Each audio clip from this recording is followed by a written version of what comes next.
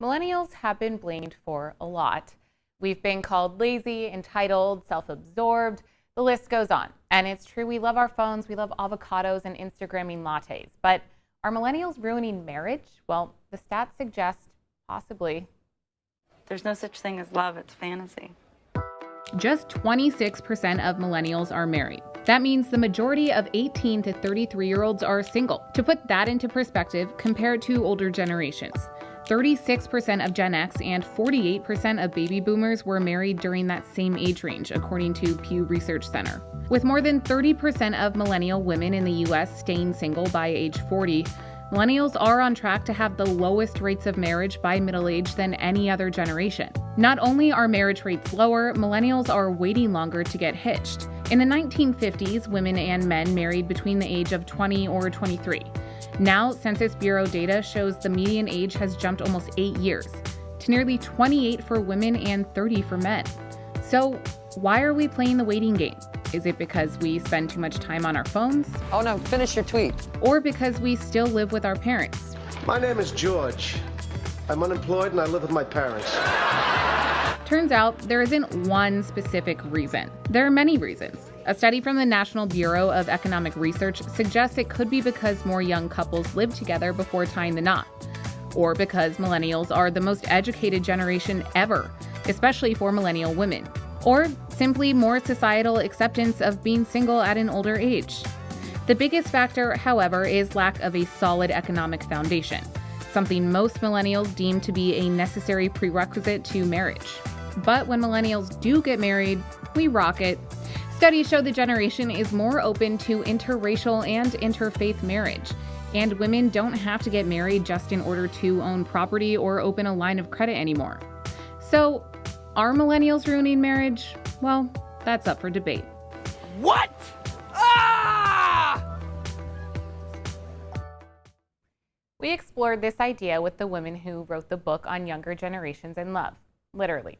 Jean Twenge is a professor of psychology and author of the book, iGen, What Today's Super Connected Kids Are Growing Up, Less Rebellious, More Tolerant, Less Happy, and Completely Unprepared for Adulthood and What It Means for the Rest of Us. She told me why millennials aren't just not getting married, they're also dating and having intimate relationships less. I talked to her about what could be to blame.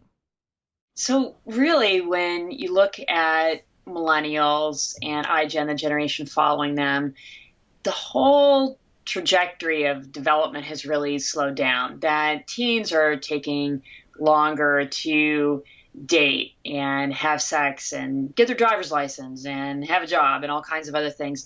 And the same applies to millennials. So, for example, millennials in their early 20s are much less likely to have sexual partners than people in the early 20s who were a generation or two ago. They're also less likely to live with a partner and less likely to be married. So around kind of all aspects of romantic relationships, millennials are taking their time entering into them and getting settled down. Why is that? Well, there's a number of factors. So there are economic factors first, that it now takes longer to finish your education and get a good job than it used to. Not that long ago, in the mid-20th century, for baby boomers, for example, they could graduate from high school and get a good job. And that's not as true anymore. Now, a lot of good jobs require a college education, so it takes longer to finish your education. Rent and housing costs have also outpaced inflation, so it's more difficult for young people to move out on their own.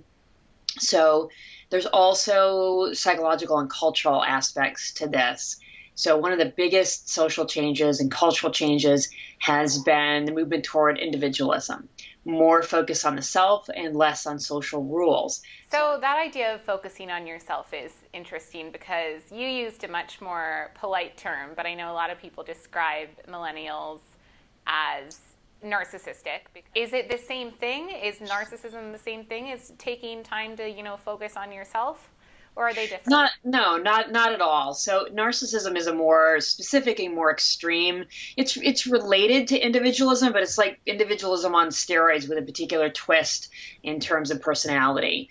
So taking time to finish your education, certainly not narcissistic, and taking a little longer to find your way in life. I wouldn't necessarily put that label on it either. So I think it's best to separate the two concepts and think about individualism also as more of a just big cultural change that has affected all generations, really, in that we just don't place as much emphasis on traditional social rules as we used to. Why is that? I mean, is there an overall theory, or is it a bunch of things? Individualism often co-occurs with economic prosperity. So when you have a society in which people can provide for themselves and can have the resources to make their own choices rather than, say, being part of a big extended family where everybody's in everybody else's business. In many traditional, developing countries, that's more the norm. And in an individualistic country and an economically prosperous one, it is more common for people to be able to strike out on their own and make their own decisions. So that's one of the correlates, is just having more resources. It's also technological developments, too. It didn't used to be possible for someone to be able to, say, live on their own and be a single person in their own apartment because there was so much laundry and cooking and things that you couldn't do. You needed more people to be able to do those things. You needed an economy of scale. So there's always trade-offs. There are advantages and disadvantages of getting married young. There's advantages and disadvantages of getting married later. Same thing with having children earlier versus later.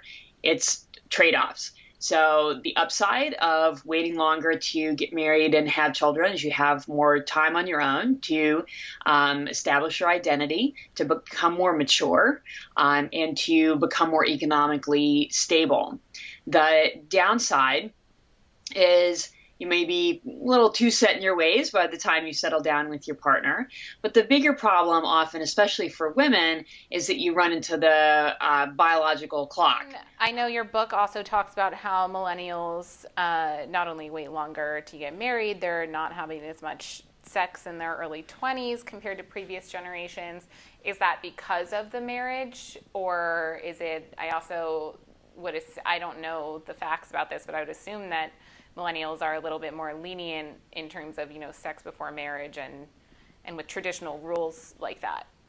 Yeah, you're right. That's the really interesting thing that shows up in these large national surveys, is that, yes, millennials are more comfortable and more supportive of premarital sex, for example. They are much more likely to say there's nothing wrong with that compared to previous generations.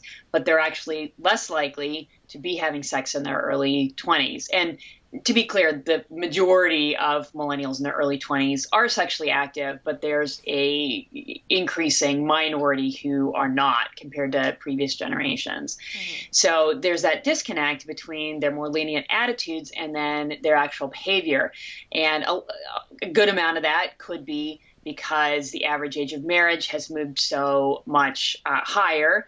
And there may be some young people who don't want to have sex until they get married. There may also be some discomfort around the current sexual scene, focused on hookups and Tinder and people you don't know very well, that might just not appeal to a lot of people. So I think that's probably part of it too. So are millennials ruining marriage? Well, I guess that's a little bit complicated.